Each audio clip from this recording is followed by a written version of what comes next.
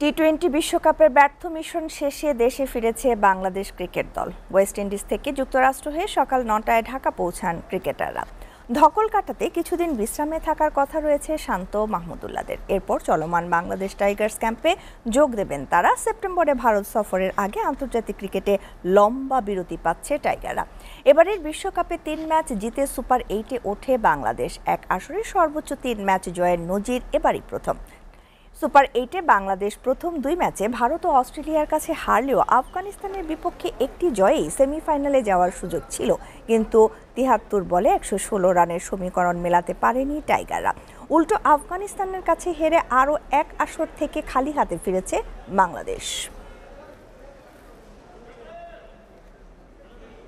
আমি ক্রিকেট খেলার পরে বাংলাদেশ টিমের লাস্ট 10 বছর ধরে প্রায় খেলতেছি, তো কখনো এরকম লম্বা ব্যাটিংয়ে ব্যাট টাইম দেখিনি। আশা করি এটা খুব দ্রুতই কেটে উঠবে ইনশাআল্লাহ। টি-20 ক্রিকেটে তো শুরু থেকে আমাদের খুব একটা স্ট্যাটস ভালো ছিল না, তাই না? তো আগের থেকে তো ইমপ্রুভ হচ্ছে, খালি মাইনাস পয়েন্ট দেখলে তো হবে না, এমনি তো মাইনাসেই আছি আমরা।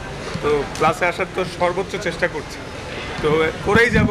এবং আপনারা হতাশ হচ্ছেন স্বাভাবিক, আবার আমরাও আপনাদেরকে ইনশাল্লাহ ভালো জয় উপহার দিব। বিশ্বাস রাখেন আমাদের উপরে, আমরা আমাদের সর্বোচ্চ দিয়ে চেষ্টা করছি। Heartland, your show stealer.